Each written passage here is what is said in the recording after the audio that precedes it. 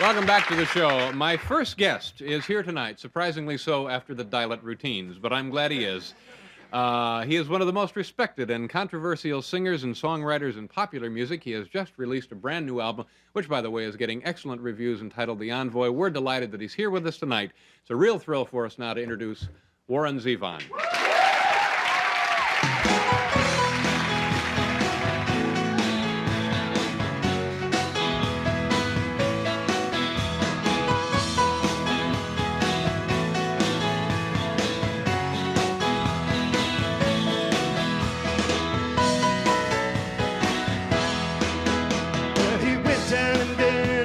Sunday best, excitable boy, they all said.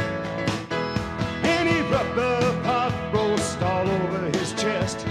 Excitable boy, they all said. Well, he's just an excitable boy. He took in the 4 a.m. show at the Clark. Excitable boy, they all said. And he bit the usheress leg in the dark. Excitable boy, they all said. Well, he's just an excitable boy.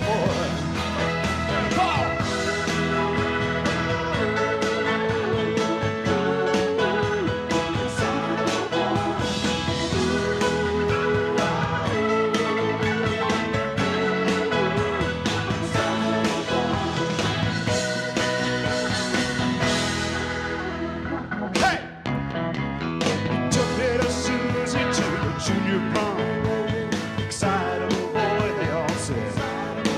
And he raped her and killed her, then he took her home. Excitable boy, they all said. Well, he's just an excitable boy. And after 10 long years, they let him out of the home. Excitable boy, they all said. And he dug up the grave and built a cage with her bones. Excitable boy, they all said. Yeah, he's just an excitable boy. Hey!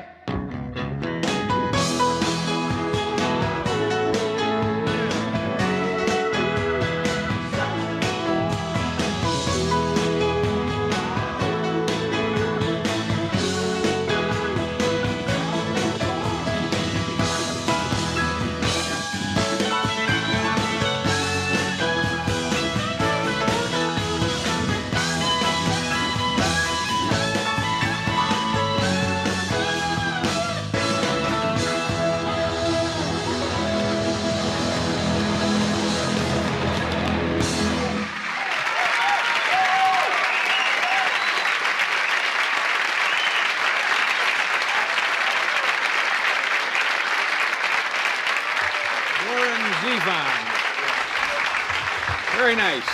Very nice. This album, by the way, is terrific, and congratulations on your success. Tell me about Excitable Boy. Is there any truth to the story that this is in some way autobiographical? The culinary part of the song. The culinary part. Yeah. You actually rubbed a pot roast all over your chest. Well, yes, I did. Now, why exactly? Well, remember, there's an expression, isn't there? Rub it on your chest. I don't know. It came through my mind. I felt enthusiastic. Mm-hmm. I wanted to express my appreciation for this fine cooking. Just slopped it right on? Yeah. Did you enjoy it? The pot roast or the smearing No, part? the actual part of rubbing it on your chest.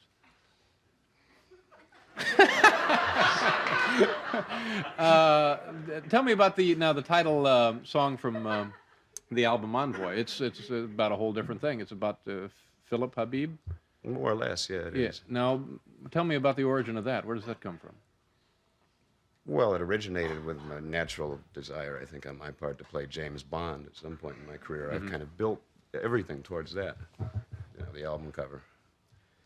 But I thought Habib was interesting, and I thought I was curious. It seemed like a new role, because Kissinger was State Department. I wondered how much power and influence and in the field he had, and how much contact he had with the administration, which I suspect is probably little or none. You write a lot of songs dealing with actual people in actual contemporary circumstances. Do you ever get any feedback from them?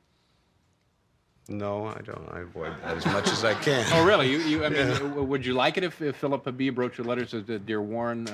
Oh, that would be tremendously exciting. Yeah. But it has not happened heretofore? No, it hasn't. You know, it does keep a pretty low profile. Yeah. I doubt if he's following the Hot 100. I'm not sure I am either, you know. There's another record on here, another song on the record, Hula Boys? Hula Hula Boys. Yeah, Hula Hula Boys. Now, tell me what the chorus, or what the group, what you're singing there in the chorus. You really want to know? Yeah, it's in Hawaiian. We've kind of kept this under our hats, so to speak. Well, can you want to get it out from under your hat, or shall we keep it under there? It's Sure. It means sing the chorus. Haina ia ma'i ana kapawana means sing the chorus. Sing the chorus in Hawaiian.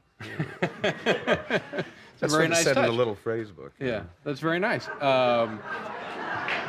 So when you listen to it, what the group is actually singing is Sing the chorus. sing the chorus. Now, I want to ask you about another song. The Excitable Boy, you're talking about digging a corpse up there in the end of the song. Been fun. Yeah, well, sure, it's always done in fun. Well,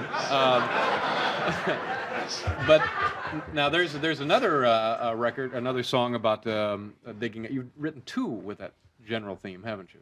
yeah. Now, why is that?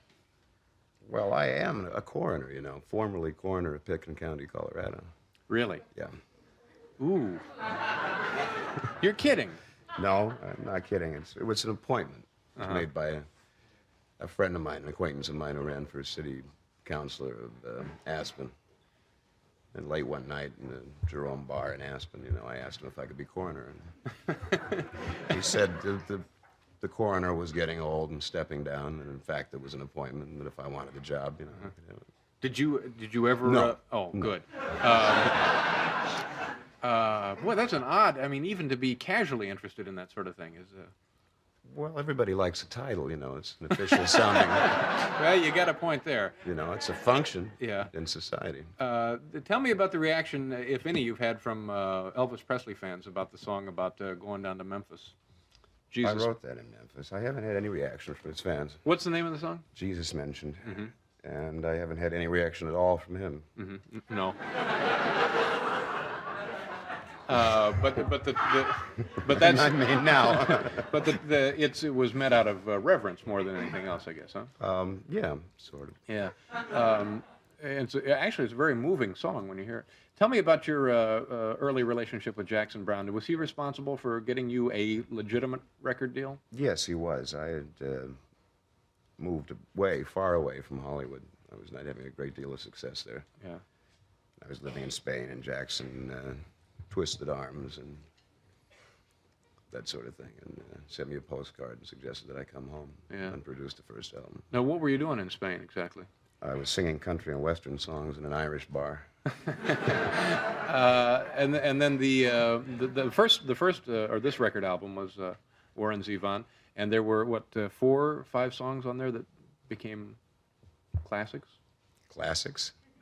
popular.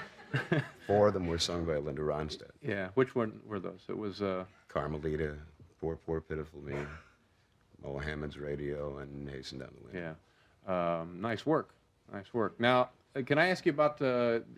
Was it after that you started celebrating a little more frequently than you ought to be? It was kind of a continuing thing, David. Yeah. I've been celebrating with nothing to celebrate about, actually, for years. You know? Well, you had a good job. You were the coroner. Yeah. So, yeah. It's lonely work, though. You know? Yeah. But that, of course, that's years ago, as they say. Huh? Yeah. Can you give me any? Now, I read an article about this in a publication that was one of the most depressing things I've ever read. You were pretty much just bottomed out. Under the table, yeah. And at one point, you were in some facility, and they gathered friends of yours. And what was the purpose of That's that? called intervention therapy. I think they used it on Billy Carter, too. Yeah. In a good company. They get all your closest friends together, and they confront you with the things that you don't remember having done when you were drunk. And you realize, among other things, that you're not going to have anybody to drink with anymore. So the effect is pretty overwhelming. Yeah. Pretty convincing. Yeah. How much? I'm always interested in how much you were actually, consuming? Really? Yeah. A couple of quarts of vodka a day. This is an amazing testament not only to you, but to the resiliency of the human system. I thought so too. Yeah. I thought so too. That's amazing. And but this is all over, and things are pretty positive now in your life, aren't they? Yeah, they're very positive. Yeah. I'm And very happy. you're working your way west on tour now? And okay, you're going to do another song for us, hopefully. Yeah. All right. And now, once again, from the new album entitled Envoy, here is Warren Zevon singing a song which was written by Thomas McGuane entitled The Overdraft. Warren Zevon.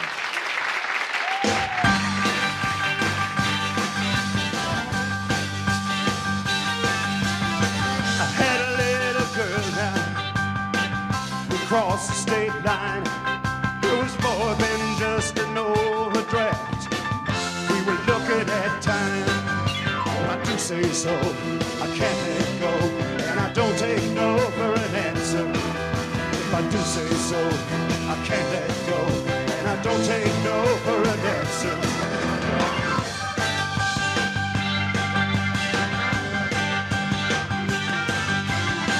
We had to leave in a hurry now, no time to hesitate. It was worse than a misunderstanding. I had to ask her not to call in vain. If I do say so, I can't let go, and I don't take no for an answer. If I do say so, I can't let go, and I don't take no for an answer.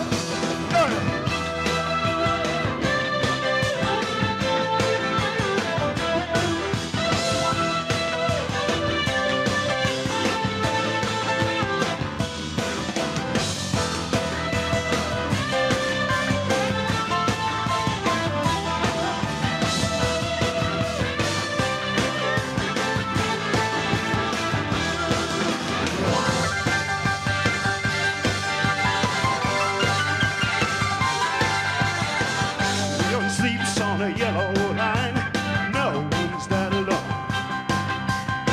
There's someone in the window, so don't try to use the phone. We're just up against it, turned up in the zone. But if you ever get an overdraft, you'll never make it home. I do say so, I can't let go, and I don't take no for an answer. Hey, if I do say so, I can't let go, and I don't take no for an answer. Hey, if I do say so, I can't let go, and I don't take no for an answer. If I do say so, I can't let go, and I don't take no for an answer. Let's do it!